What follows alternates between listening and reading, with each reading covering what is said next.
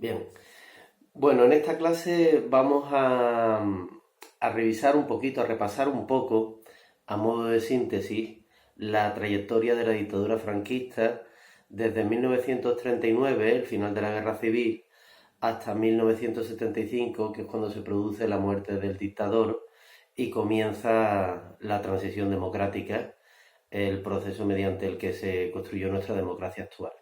Lo que vamos a repasar son las décadas de la posguerra española, las décadas de la dictadura franquista.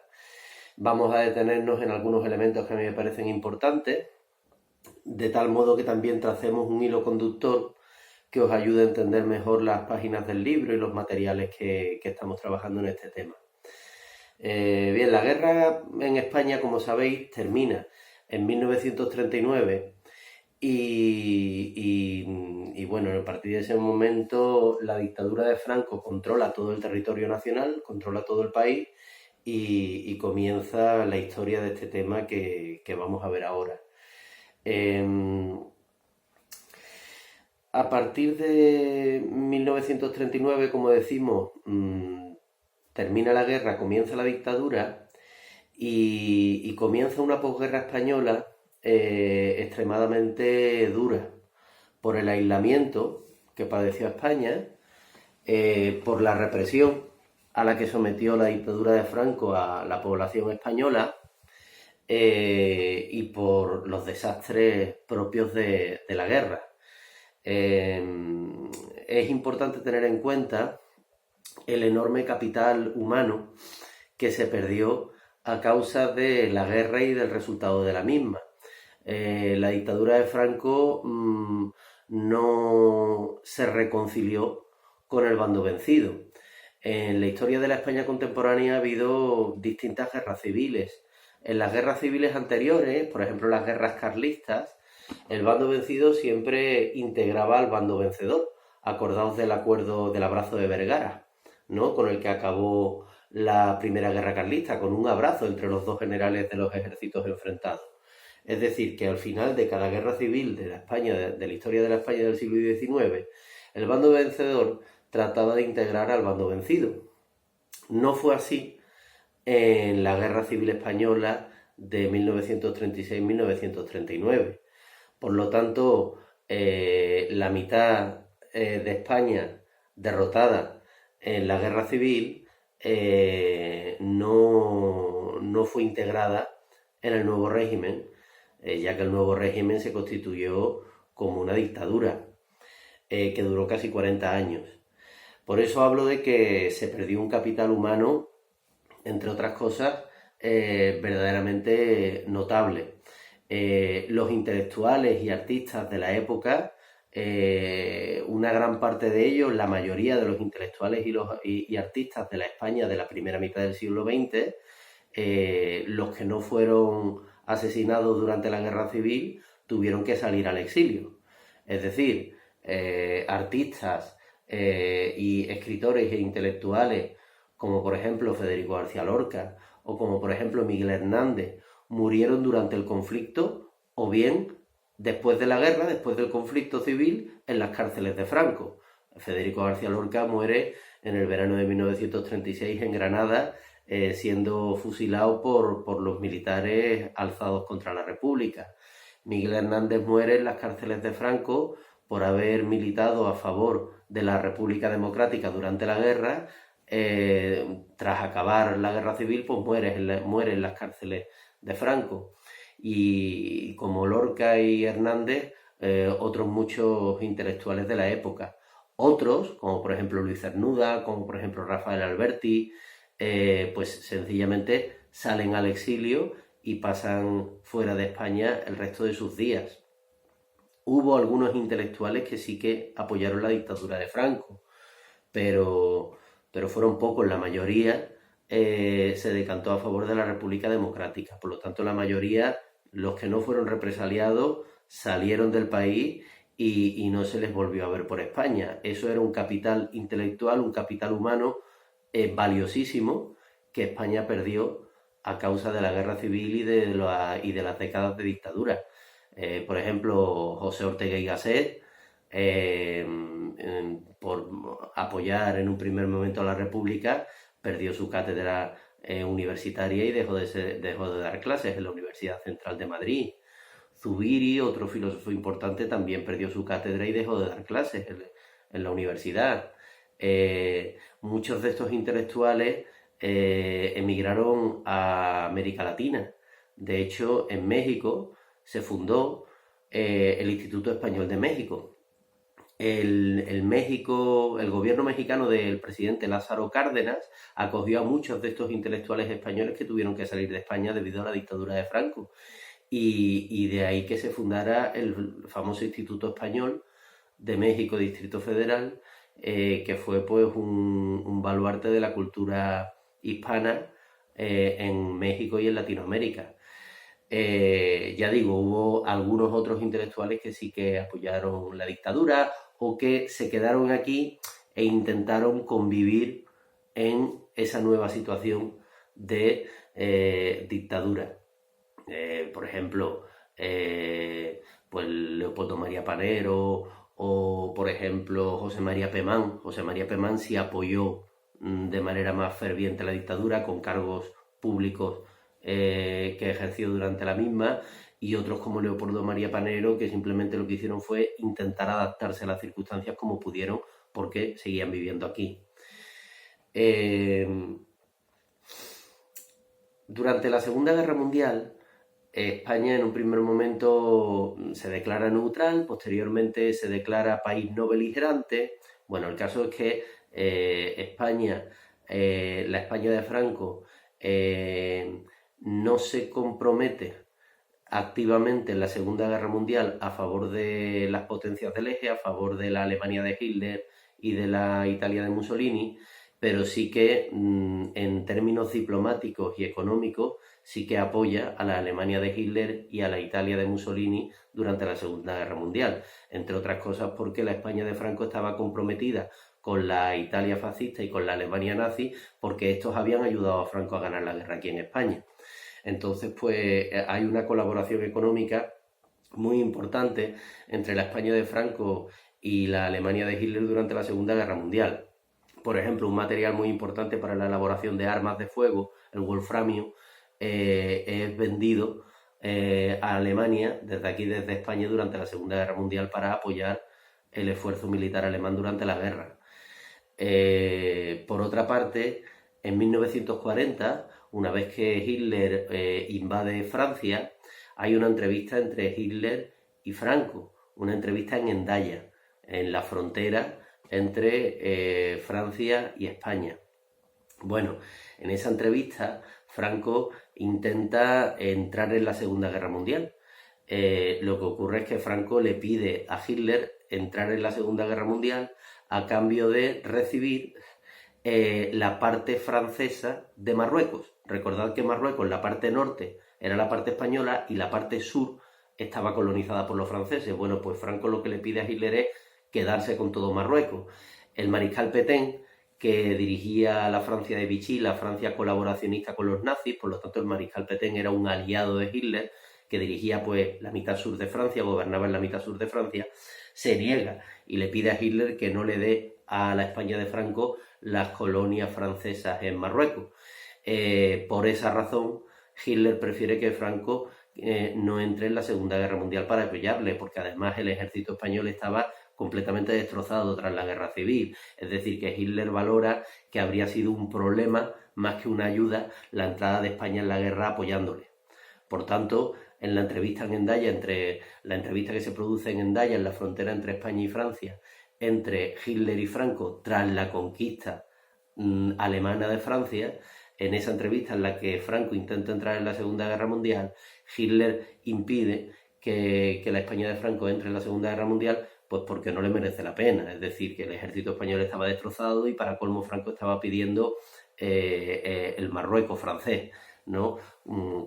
Era una cuestión que habría puesto en una situación delicada a Hitler, porque Hitler quería mantener a la mitad sur de Francia sin que tuviera que estar ocupada por los alemanes. Allá estaba la dictadura profascista del mariscal Pétain y quería estar a bien con ellos. Aún así, Franco sí que envía a un contingente militar español en apoyo de los nazis durante la Guerra Mundial. Me estoy refiriendo a la División Azul. La División Azul fue un ejército que formó Franco de voluntarios. Muchos miembros de la División Azul eran hijos de republicanos españoles que, para intentar solucionar los problemas de su familia con el régimen de Franco, para intentar hacer méritos y que Franco perdonara a sus familias la militancia republicana y poder sobrevivir a esa situación, pues se alistan en la División Azul para hacer la guerra a favor de Alemania. Bueno, la División Azul estuvo formada por varios miles de soldados españoles dirigidos por el general falangista Agustín Muñoz Grandes, y estuvieron luchando con los alemanes desde el primer momento, desde el año 41, en el frente ruso, luchando contra la Unión Soviética.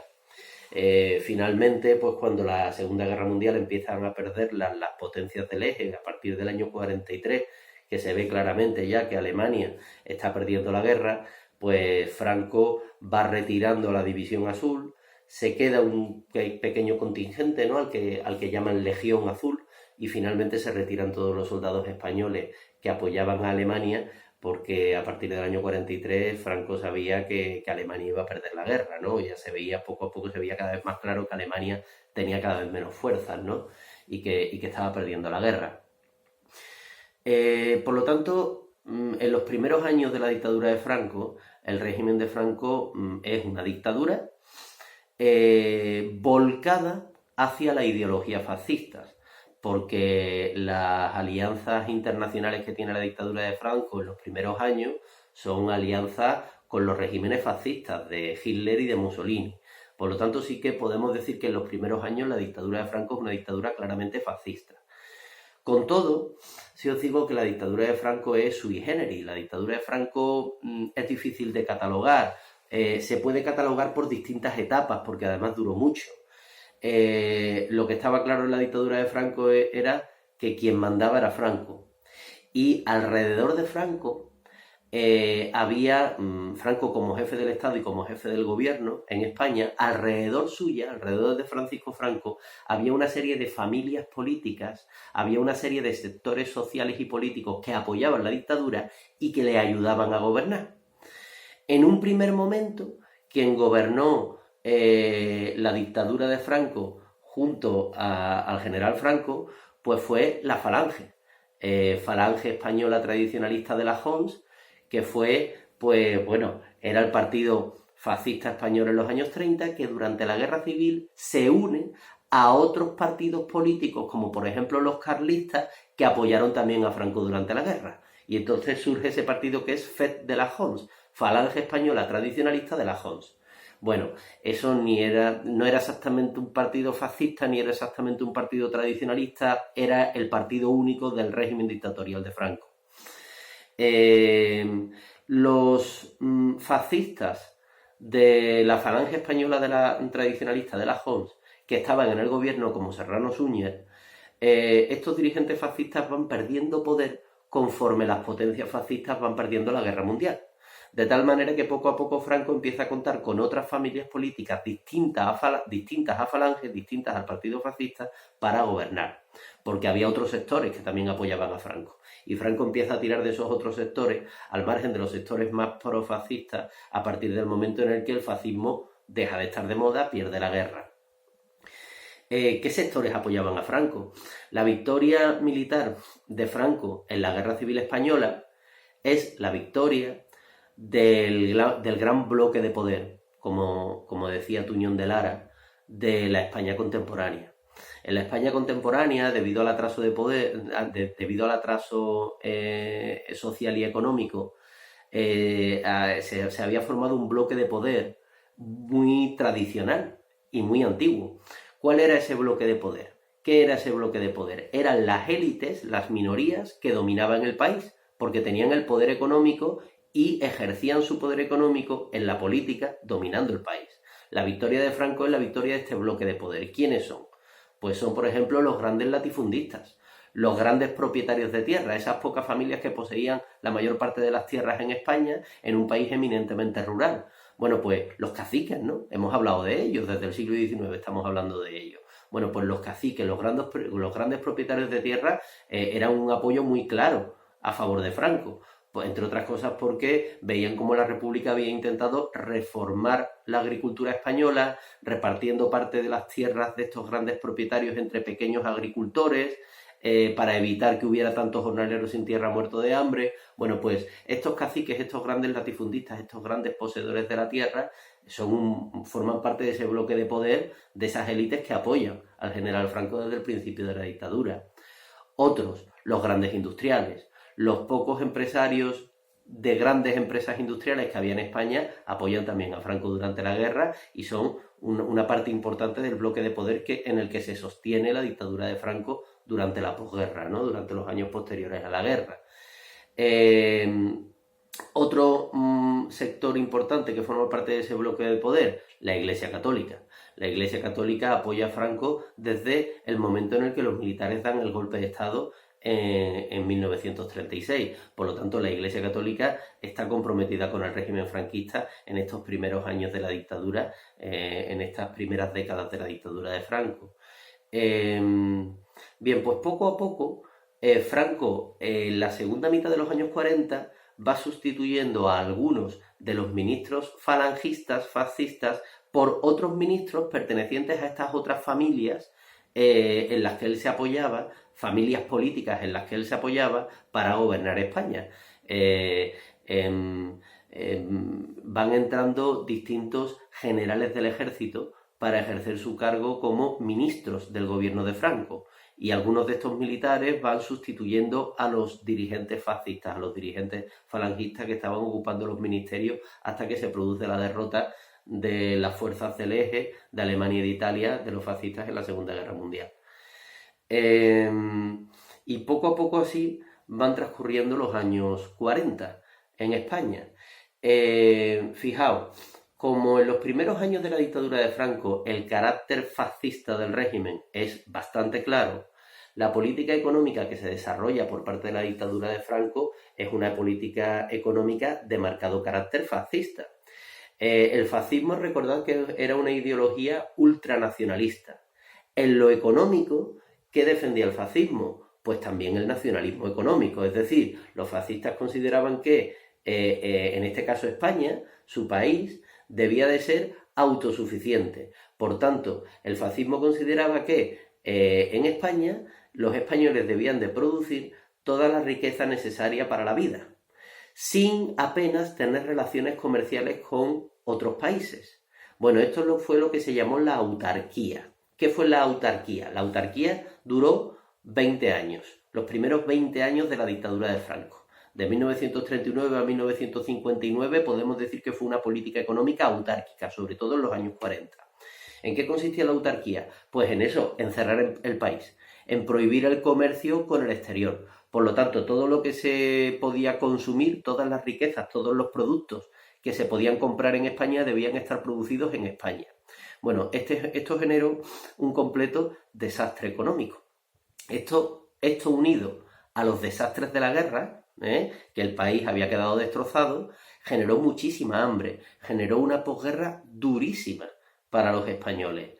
De hecho, hasta el año 1952, los españoles tenían cartillas de racionamiento. ¿Esto de las cartillas de racionamiento qué es? Pues consiste en que a cada familia se le daba una cartilla, una cartulina, en donde se especificaba cuántos alimentos, cuántos productos podía comprar. Es decir, que para consumir, para comprar, no solamente tenías que tener dinero, además tenías que tener una cartilla de racionamiento y no te podías pasar en la compra de los productos que venían en la cartilla. Es decir, a cada mes o cada trimestre podías comprar una serie de productos y no podías comprar más que esos productos. Cada vez que ibas a comprar, pues se indicaba en la cartilla que habías comprado pues lo que hubieras comprado y no te podías pasar. ¿Esto por qué era? Pues esto se hacía para racionar, para limitar el poder de compra de aquellos que pudieran comprar porque tenían dinero. ¿Por qué? Sencillamente porque no había suficientes productos en el mercado. Y como no había suficientes productos en el mercado, si se dejaba que quienes tenían poder adquisitivo pudieran comprar, pues el desastre económico habría sido aún mayor. Se generó una política de extraperlo por parte de la ciudadanía. Es decir, ¿qué es esto del extraperlo, el extraperlismo? ¿A qué se le llamó esto? Pues al extraperlo se le llamó a el comercio de contrabando. Es decir, como las cartillas de racionamiento limitaban mucho la posibilidad de comprar productos y el país estaba en la pobreza, pues comienza a haber un mercado negro. Comienza a haber un comercio ilegal al margen de las cartillas de racionamiento que clandestinamente pues permite la compraventa de distintos productos necesarios para la vida, ¿no? Bueno, pues a esto se le llamó el extraperlo. En recuerdo al famoso escándalo del año 35 de Strauss-Hiper durante el gobierno Lerroux, ¿no? Por otra parte, volvemos a la represión del régimen. Durante los años 40, España continuó estando en estado de guerra. ¿Eso qué significa? Eso significa que se perseguía sistemáticamente y con mucha dureza a cualquier persona que tuviera unas ideas contrarias al régimen de Franco. En la España de los años 40 hay campos de concentración. Hemos hablado de los campos de concentración y exterminio en Europa durante la Segunda Guerra Mundial. En España, evidentemente, no hay campos de exterminio, no hay cámaras de gas, ni nada de eso, pero sí que hay campos de concentración donde son integrados en esos campos los opositores al régimen de Franco, la gente que tenía ideas contrarias a Franco, y en esos campos de concentración eran condenados a trabajo forzado durante años cualquier persona que se opusiera al régimen de Franco o que hubiera luchado durante la guerra en contra de Franco, a favor de la República Democrática. Y esos campos de concentración estaban por toda España. Quizás el más cercano a nosotros es el famoso campo del Canal de los Presos. El Canal de los Presos, que es el canal del Bajo Guadalquivir, que permite la irrigación de las tierras de la comarca donde se asienta el pueblo de los Palacios. Ese canal fue construido por presos republicanos que por apoyar a la República, por posicionarse en contra de Franco, estuvieron condenados durante muchos años a trabajo forzado, haciendo este tipo de obras públicas, en un régimen prácticamente de esclavitud, en el que los presos no tenían derecho a nada y por lo tanto en estos campos morían todos los días muchísimas personas. Otro campo de concentración en el que estuvieron condenados a trabajo forzado presos republicanos y opositores a la dictadura de Franco fue el campo de trabajo forzado mediante el cual se construyó el Valle de los Caídos, ese monumento a los vencedores en la Guerra Civil, ¿no? El Valle de los Caídos en Madrid,